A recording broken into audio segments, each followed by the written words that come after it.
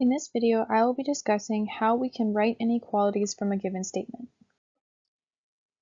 In a lot of these statements, you're going to be given a lot of these different phrases that I have shown here. You may get a few different ones, but these are going to be the most common ones. So if you see either less than or fewer than within a statement, that means you're going to use the less than symbol. If you see greater than or more than, you're going to use the greater than symbol. These last two are, I guess, the most complex of them all because there's a lot of different wording that you can use for the less than or equal to symbol or the greater than or equal to symbol. The other two statements, like phrases you might see in the statements, are at most or no more than if you're talking about less than or equal to, which means at most, no more than, you can't go higher than a certain value. When you're looking at the greater than or equal to symbol, you may see at least or no less than, which means you can go down to a certain number but no lower than that. So these are just the most common phrases that you may see when you're translating your statements into actual inequalities. Let's take a look at this first statement real quick. You kind of want to divide it up to where you want to look for that phrase first, that key phrase that's going to tell you which inequality symbol to use. Right here I see is less than or equal to. That's going to be the less than or equal to symbol. Those ones are kind of straightforward because that's the name of the symbol. So you can just go ahead and write a less than or equal to symbol right there.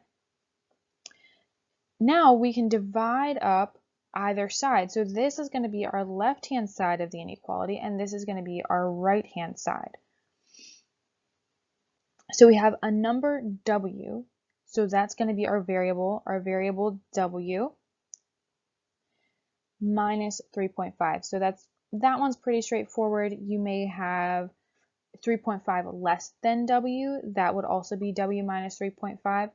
And notice that if you would have less than or is less than is either the less than symbol or the less than or equal to symbol. But if you have a number less than so many numbers, that actually is going to be our subtraction symbol. So just a little thing not to kind of get messed up with is the difference between less than and is less than. So now let's take a look at that right-hand side. It's just less than or equal to that -2. So -2 is going to be on the right-hand side there. And that's our inequality. It really is just kind of picking out what your key phrase is to determine which inequality symbol you're going to use, and then writing the left-hand side and the right-hand side into the inequality, into the variables and numbers instead of the phrases. The next one we're going to look at is 3 is less than a number n plus 5. So we want to look for that key phrase. In this case, we have is less than, which means we're going to use that less than symbol. Now we can take a look. The left-hand side of that is just going to be 3.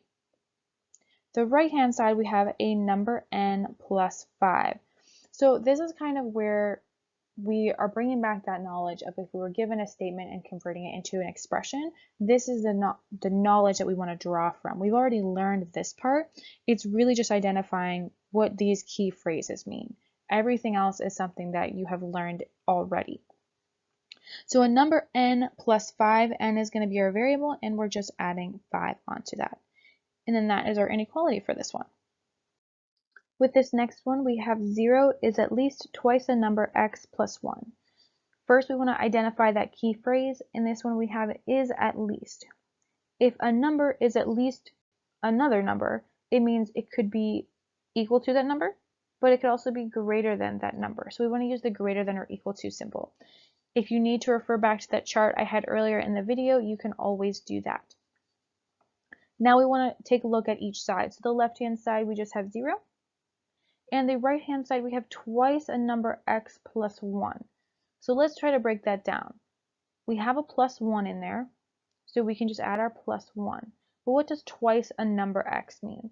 Well, x is our variable, and if you have twice a number, you're multiplying it by 2. So we have 2 times x, or you could just write it as 2x. So the right-hand side is that 2x plus 1. So they get a little bit more complicated, but again, this is kind of drawing on that prior knowledge that we have of converting statements into expressions. And the last one I have here, 15, is more than a number t divided by 5. So is more than, that's going to mean that it's definitely bigger than. It's not going to be equal to at all. It's going to be bigger than, so we want to use that greater than symbol. And then we have our left-hand side is just 15, so we can just write out that number. And then a number t divided by 5. So our variable is t, and we can just divide t by 5. So our inequality here is 15 is greater than t divided by 5. And that is how we write inequalities from any given statement.